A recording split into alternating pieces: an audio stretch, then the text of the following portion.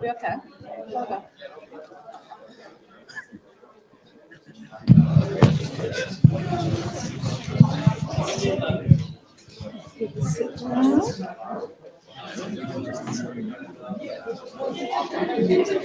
Where are you going? Just off that local. Let's see Mary Mum. My knees are over here. She was like heckling.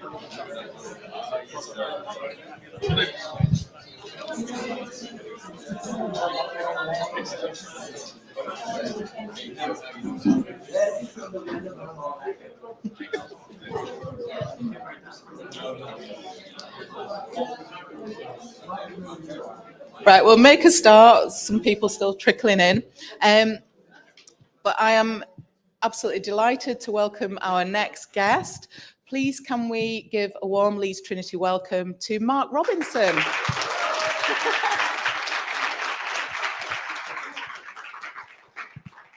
So, Mark, Thank you. No problem.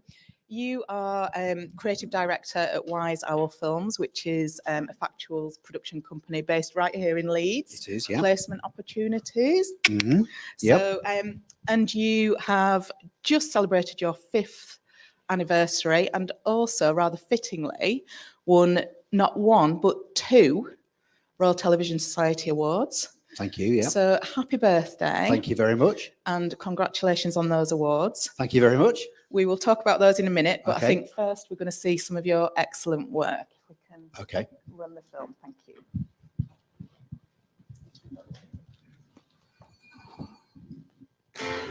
Here we go. Peter Kay is Peter Kay is Peter Kay. He is a born entertainer. Thank you very much. You're welcome. How much is that? It's on the meter, mate. It's 10. Thank you. It was £2, Jimmy. When you work with someone you're so close with and you love, it's just the best feeling in the world. It's spitting, everybody Everything about Peter is funny. Peter has a way of making anybody laugh, even when he says nothing at all. When he's doing his stand-up, it's absolutely sublime. You know, he's one of the funniest men that you'll ever meet. They were probably the best times in my life, and no one could take that away from us. 20 years ago, a game of football took place that restored pride in our national game. The biggest day for English football for 24 years. This seemed to be the one. You know, this was the one. It's a story of triumph over adversity. We are going to try and win the World Cup, and you have ruined that. We did get a lot of flack, and I think it was unfair, you know. As long as you're behind us, we're behind you.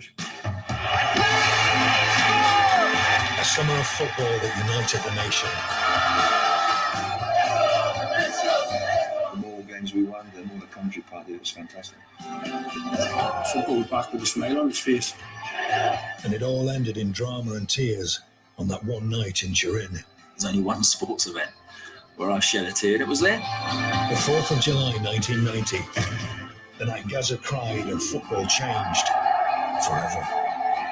Didn't want it to finish, and unfortunately we did. Started crying in the middle again.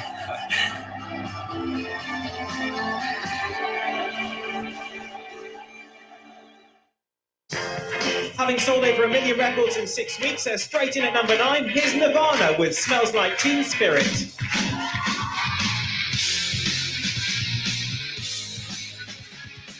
It was time when the music industry, rock and roll, just needed to be shook up.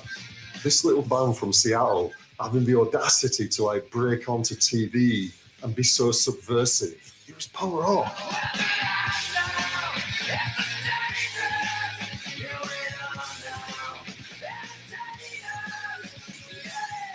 The UK definitely responded to Nirvana much more before America. You guys were the first with everything. It really is like a second home. Nirvana brought to Britain the most exciting time in music. They left an incredible legacy to so many bands and so many music fans.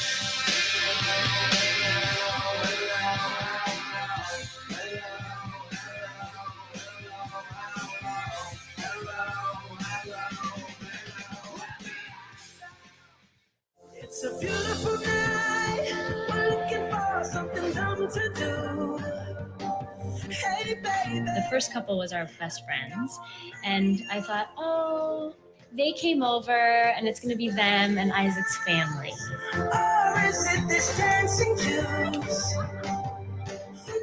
It was so many people, all of these people that we love so much, just kept appearing in front of me. On the boulevard we can go. No one will know. Oh, come on, girl.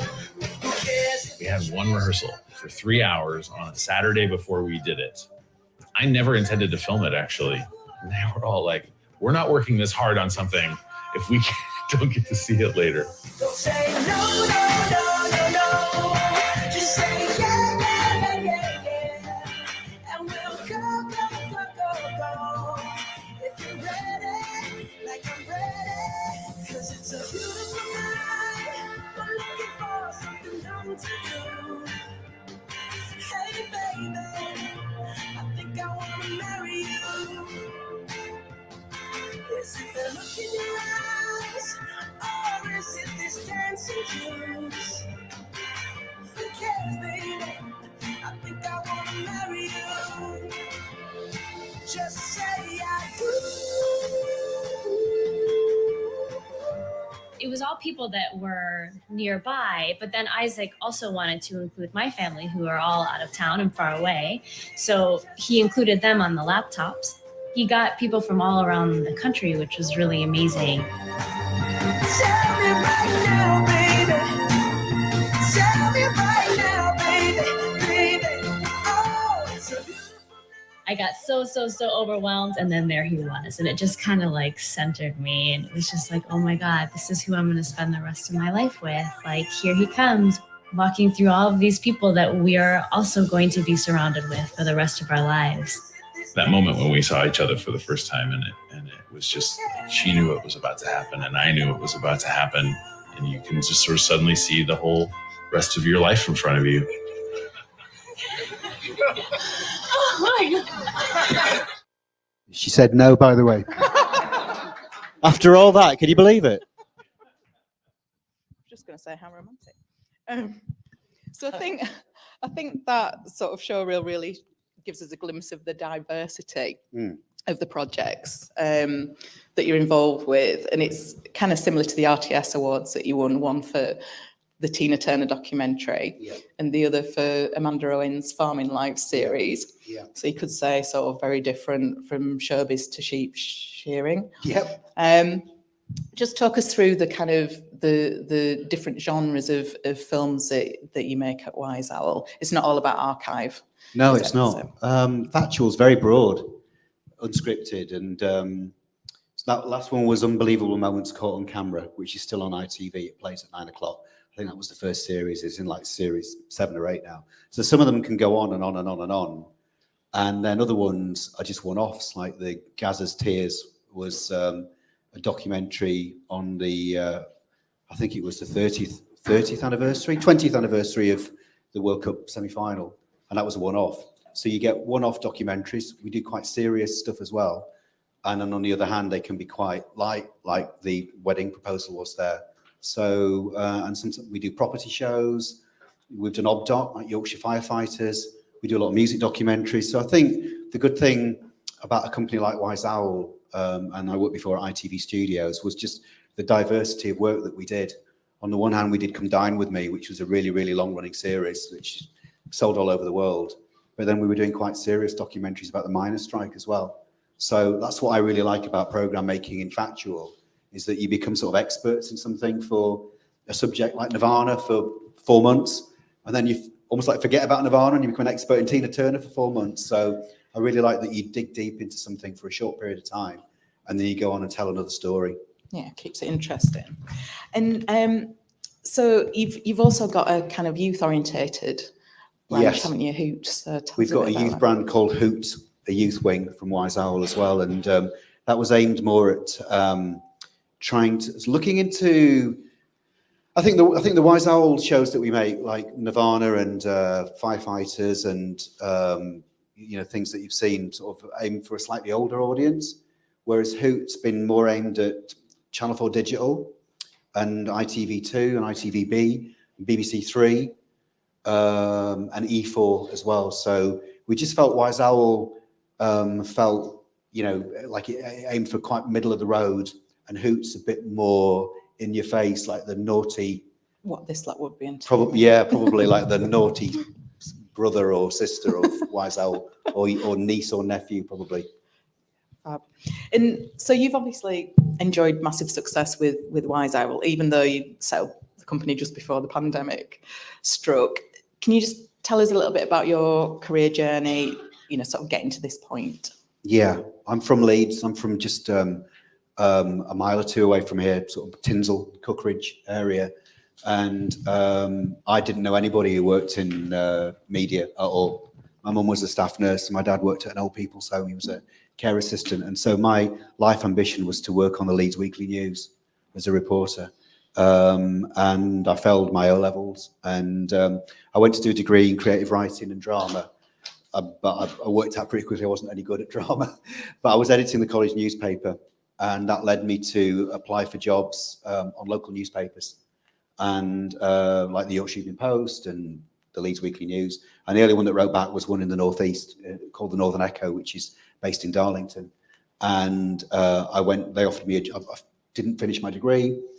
I was sent to Hastings, I think, like you were, to train for 6 months in law and shorthand. Still writing shorthand. I can't read it, but I write it, and typing and stuff like that. So I can type 100 words a minute.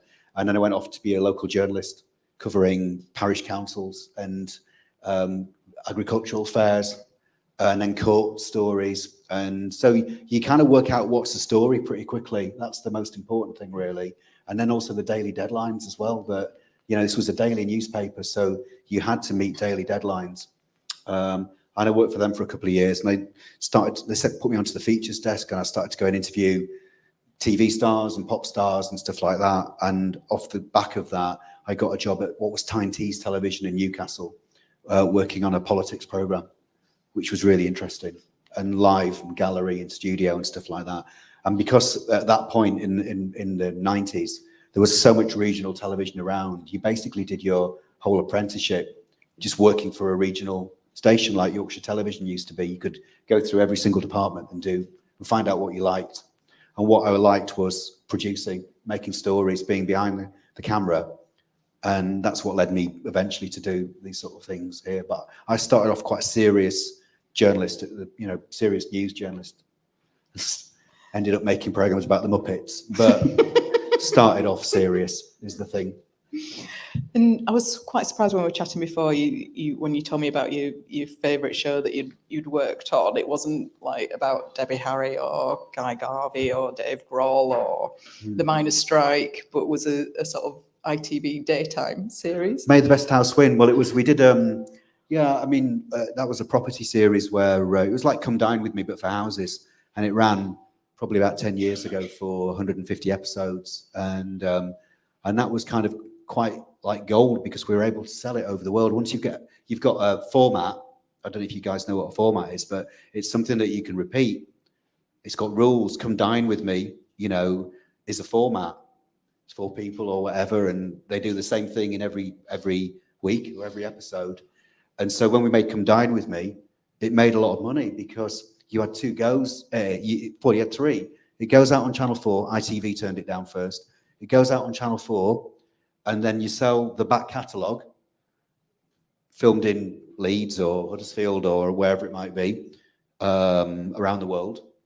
But also you sell the rules of Come Dine With Me. We could do a little Bible, which is, this is how you make Come Dine With Me. And so I think we sold it to 36 countries, and they all made their own version of Come Dine With Me. And that's where the money's made, not from one-off documentaries. So formats are like gold dust. And Made the Best House Win, which I exec, we sold that to America and various European countries as well. And it's great when you see your idea that you've come up with in Leeds, but it's in a foreign language, or it's going across the United States. Is you're on holiday and you suddenly turn on and it's a program that you've been involved in is amazing feeling. How much did it sell for? It was ITV Studios' second biggest seller at that point. Come Dine With Me was the biggest one ever, because most, what you've got there is most people have dinner parties, don't they? Or they eat, everybody eats. So it kind of like, it was a format that sold all over the world because of that reason. I think one of my neighbours was on it. Oh, really? Okay. So I have to ask this. Who has been your favourite celebrity to work with and who has been your least favourite? Oh. Well, I mean, there's sort of people that we keep coming back to working with again and again. So you saw the Peter Kay one at the top there.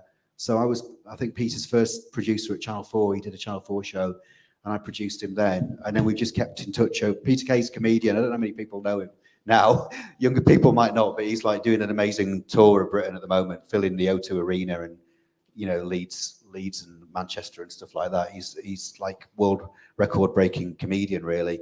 And so because we've known each other since his early days and my early days as a producer as well, we've kept coming back every 2 or 3 years and doing different projects together.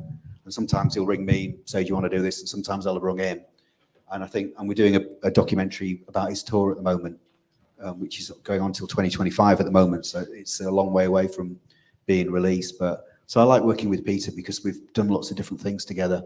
I can't tell you my least favorite. I can't tell you that. Well, you mentioned a management.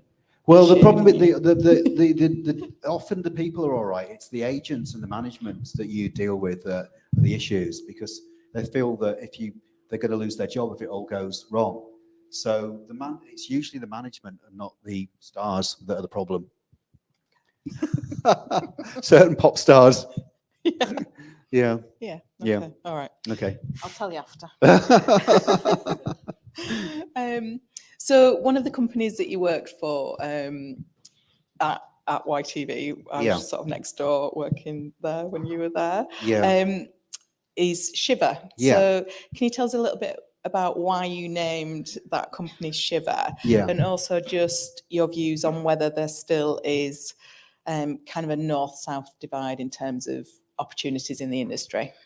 Yeah, I mean, I think still television is very London-centric, but I've spent my entire career living in the north. Having said that, for 20 years, 25 years pre-COVID, I was down in London with my ideas every week at Channel 4 or the BBC. But, there's a massively strong tradition of programme making in the north of England, going back to independent TV's golden era of Granada in Manchester and Yorkshire and Leeds and Tyne Tees in Newcastle and Border up in Carlisle. And, ITV see the north as its core audience with Coronation Street and Emmerdale and Anton Deck and lots of northern talent. So I've always, even though, London's the capital of England and most of the decision makers, they're still down there. I think you can make an advantage of being out of that. I never saw myself as part of being the Soho set, probably because of my background. Do you know what I mean? I don't really fit into that. And when I started Shiver in 2010, at that point, the department that I inherited was called Granada, Yorkshire, Tyne Tees, Television, brackets, Leeds Archive Unit. And my new boss said he used a four-letter word, a terrible title for a department. Have you thought of branding it? And I had no idea what he was talking about because there weren't brands in those days. There was regional broadcasters, but there was no brand. So I thought about it and I came up with Shiver because whenever we went down to London, whenever the commissioning editors from London came up to the north, they always used to complain how cold it was. And I wanted them to, when they thought of us, to think they're up in the north. And they offer something slightly different to 90% of the commissioning editors that they commissioned, 90% of the broadcast production companies they commissioned from who were based in London. I wanted to have a point of difference. And the point of difference was we were in Leeds and Newcastle at that point as well. And we were different to the people that they dealt with in London. We had different ideas. We had a different mindset. And they got different shows from us as a result. And we stuck a pin in the north of England, really, and just brought to them stories from the north that sitting down in London in development, they might not spot. So we used to get all the local newspapers. We used to watch all the local news. And at one point we were getting all of the list of stories that were on Calendar, because we were sitting in the same office as Calendar at ITV, and I sort of figured out that they would cover, say, 20 stories a day, and we'd get a list of the stories the next morning, and that was like 100 stories a week, and that was 5,500 stories a year. And I sort of figured that we would get stories that were just happening in Leeds or Rotherham or Sheffield or whatever that somebody sitting in London wouldn't get. And it worked like that as well. So we'd hear about stories that were happening in the north before some development producer sitting in Soho would read in the Daily Mail or on the BBC website. And the other thing I was determined about was just to make it feel really northern. When we started, there was another production company starting in London in Broadcast magazine, and it was very famous. I won't name it, but it was a very famous female TV producer. And I noticed that on her website, she'd called herself Head Girl, not creative director or director of production, Head Girl. It just felt like a very public school approach to television to me, a very sort of Oxbridge public school approach. And that's not where we came from in Leeds, all the people that work for us. So I just wanted us to be different to what was going on down in London. And you have taken quite a few of our students on work placement. Yeah. Thank you for that. Is there anything that kind of frustrates you sometimes when you get applications from students? And, you know, what advice can you give our young people here who are probably wanting work placements and potentially jobs with you? Yeah. I mean, undoubtedly, it's a difficult time at the moment. You know, we can talk about that. The TV industry is going through real, the landscape's changing constantly, evolving constantly, and we have to react to that as a production company. And that means it's quite tricky getting a job at the moment. This time last year was a lot easier. Hopefully this time next year will be easier too. But at the moment, it's tricky because Channel 4 don't have any money, and then a lot of other broadcasters have followed suit. But there's still opportunities, and there's still probably more content than there ever has been in different forms, just not always from the traditional 5 channels and the digital channels as well. What I would say to everybody is that to try and stand out, because we get a lot of CVs, but a lot of them are very, very similar. And it almost feels like not AI has written them, but, you know, it's kind of like, I'm passionate about television, I'm just graduating from such and such a university or whatever. And I would say put your personality into your approaches when you approach production companies like ours, because I feel just like I've got a story, I suppose, and Shiver had a story, and Wise Owl Films had a story. You've all got stories as well, and I think you should see yourselves as brands. You know, you've all been through experiences in your life. You've all got stories that make you different to each other. And I like it when I get an approach letter from somebody who's got a story. It could be anything, you know. I had a letter from somebody, an email, sorry, from somebody who's come over from the States, and she was playing football for Bradford City Women. That really appealed to me because I like football. So I immediately said, come and have a coffee, because I wanted to know all about what it was like playing for Bradford City Women. You know, that's sort of one story, but your story could be anything. You know, when we advertised for our first intern in 2019, we had about 60 applications for it, and we broke it down to about 10 people that we saw. And Natalie, who's the intern that we took on, put examples of, we were looking for somebody to work in development who could shoot and who could edit, and she'd put little links into her approach letter, which is great because there's nothing that we like doing more than just clicking on a link over your lunch or your coffee or whatever, because everybody wants to discover the next amazing talent. So it's great to click on a link. So if you've shot something, you know, as part here or as part of your, you know, work at home or whatever, it's really great to be able to show off what you do, because 90% of CVs are the same, and you need to make yourself stand out from everybody else. Content as well. Yeah, it's great when the approach letter is personalized to you as a production company, because you kind of know that people are going to approach every production company in Leeds or Yorkshire or whatever. But if you say, well, I watched the Bob Marley film or whatever it was, and I really want to make music documentaries, and I've got ideas for a couple more, that's always great, because we never have enough ideas. You always run out of ideas, and you don't have ideas, you don't have shows. So I think if you show that sort of proactiveness, and also that you've done your research, you know, when you're approaching somebody, you want to make them feel like they're the only person that you're approaching, even if it's not the case, which it probably won't be. But do your research on a production company that you're approaching, and flatter them, because everybody likes to be flattered at the end of the day. Just before we open it up to the audience to ask some questions, this is just a little bugbear of mine. What do you make of this newfangled framing of interviews where they don't do the correct looking space? You what? Sorry, say that again. when the interviews on screen. Yeah. So you're watching documentaries, Yeah. and we were always taught about looking space, looking room, frame it to Oh, one yeah. side, Yeah, and then the yeah. space for them to look. And now all these young people are kind of doing it the other way around. Maybe it's come from drama. You know, I think the way that we make documentaries now has changed so much because of Netflix. I remember when we first started watching Netflix in the office, and it really changed how we were making documentaries. Because I remember the exact series. We were making a series with Robson Green, who's a Northeast actor, and he was going around the coast of Britain. And we cut a pre-title sequence. Does everybody know what a pre-title sequence is? When you do like a minute beforehand to draw people in. And it was kind of like, over the next 6 weeks, I'm going to be doing this, I'm going to be doing that. Just absolute stereotypical pre-title sequence. And we'd watch something on television. I don't know what it was, like Line of Duty or some police drama or something like that, where they'd started with the most dramatic scene in the whole series.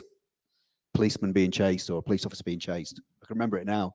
And we were like, let's just scrap the pre-title sequence and bring people in by showing the most dramatic scene that we filmed with Robson when he was going around.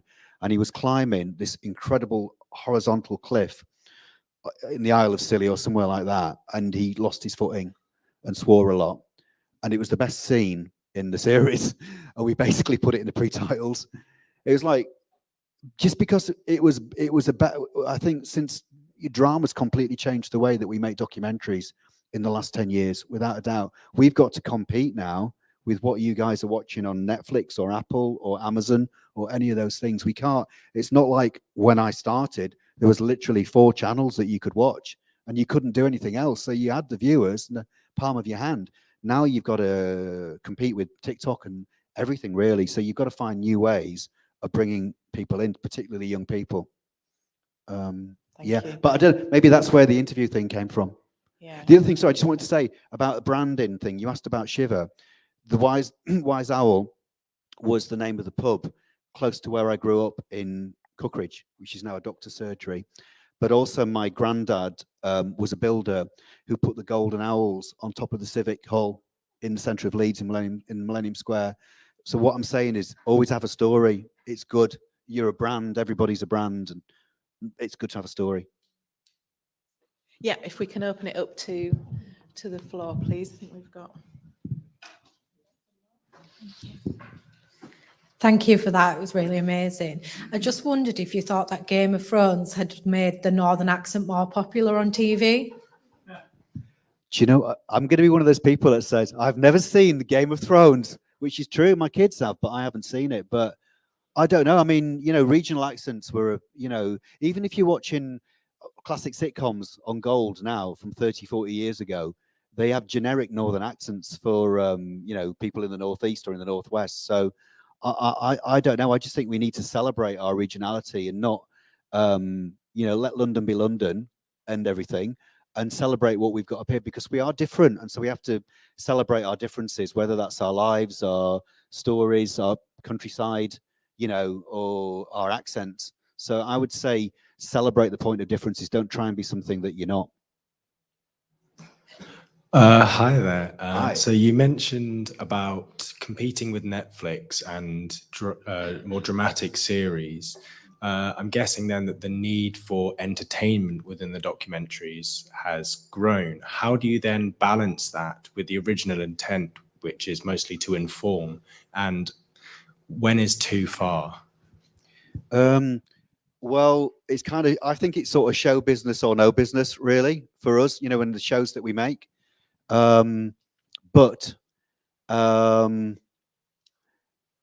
you've got to handle stories with integrity and sensitivity as well. So I think there's no point making a worthy program that nobody's going to watch. You might have a serious point to make about climate or anything really that you want to make. But we're here to entertain people at the end of the day. People have crappy lives. A lot of people have crappy lives, and I see it as our duty to entertain. But you can entertain and inform at the same time, you know. So I think if you're going to do something on climate change or whatever it is, you've got to do it in a way that makes people want to watch it. Otherwise, they won't bother watching anyway. So what's the point?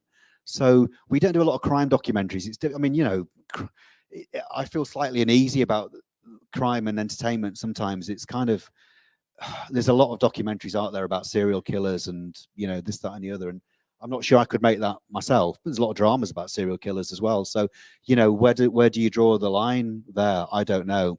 It's not so much, we tend to celebrate things, you know, as you've seen from the clips there, rather than going into kind of crime and stuff like that. But I think that's a good question for crime documentary makers, is where do you draw the line between informing and entertaining? Because that's a much more difficult one than Nirvana, for instance. Hi, Mark. I love Peter Kay, like I'm a massive fan. I wanted to know what type of stories that you worked on in Newcastle that were successful, like what big stories? So I was based in Newcastle for probably about 10 years, and actually a lot of the programs we made from Newcastle weren't about Newcastle. And I think that's another thing, is that you can be, you know, people always say write about, when you're a writer, write about what you know, or tell stories from your doorstep. And I think that's kind of true, but also why? So at Wise Owl, which is based on Kirkstall Road near Emmerdale, there was a fire station literally 3 doors down from us. My wife was head of communications for a fire and rescue service as well. And she came back, I asked her what she was doing at work, and she said, I'm doing a campaign, this is what a firefighter looks like. Not this is what a feminist looks like, but this is what a firefighter looks like. And they were challenging the stereotypes of firefighters. And so the idea for that series, which is on BBC Two, started with me talking to my wife, but also we filmed at the fire station that was 2 doors down from our doorstep. But while we were doing that, we were also filming Nirvana in LA or wherever it was. You know, I've made shows in Vegas and all over the world. So I guess we've told, you know, on the one hand I'm saying about celebrate the difference and the northernness, but I think that you could do that, but you shouldn't just be limited to telling stories about where you live. But it's great if you can. So in Newcastle, we did, the first series we did at Wise Owl was about the Tyne-and-Wear Metro for ITV. I've done Robson Green going around Northumberland so many times. There isn't anybody in Northumberland we haven't interviewed now. So we had to finish making the series on that basis, basically. But so I've done Northumberland, I've done the Tyne-and-Wear Metro. And yeah, I think between Leeds or York and the Scottish border, it's still a massively underrepresented area on television. Still. Hello, Mark. I was just wondering, how do you adapt your modern Wise Owl stories to keep up with the streaming market? Well, so the shows that we've made at Wise Owl, on the whole, have been for the traditional broadcasters. So they've been for the BBC and ITV and Channel 4 and Sky. It's quite difficult to. I mean, so on the one hand, it's when you say for the streaming market, do you mean pitching to streamers or do you mean for the audience?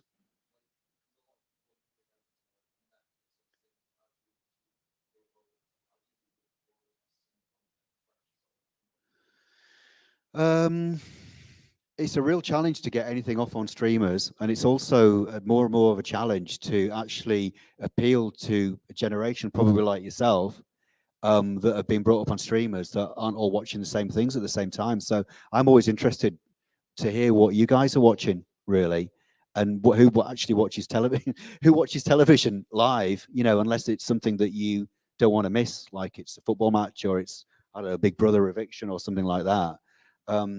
That's the challenge now for traditional if you think I've been making shows for over 30 years, that is a real challenge for people like myself to work out how to appeal to 22-year-olds. I think it's a challenge for a lot of production companies now.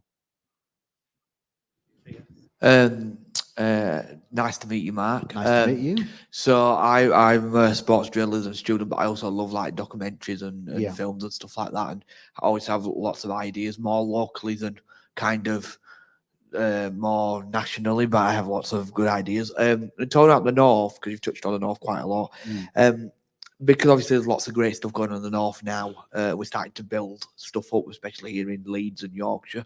Is there still room for improvement in the North, or what needs to happen to make the North like more of a capital or more of a standout for films and TV? Even though Channel 4 have moved to Leeds, all of the decisions on what you see are made elsewhere still. That's a real bugbear of mine, that, you know, we can always say, oh, it used to be different in the past, because who cares? It's the past. But what used to happen was that what you were watching in Yorkshire or over in Granada Land in Manchester, a lot of those programs were commissioned actually in-house. There was a very famous hospital series called Jimmy's, which invented the fixed rig, you know, sort of hospital series. That was commissioned by executives within Yorkshire Television, not by somebody sitting in London.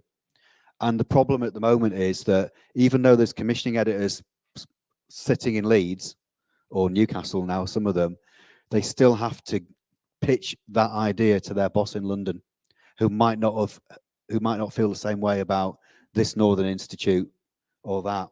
So it's still very London centric is the thing. So what would improve it for me would be if they actually had commissioning editors who had the final say on commissions sitting in the north of England.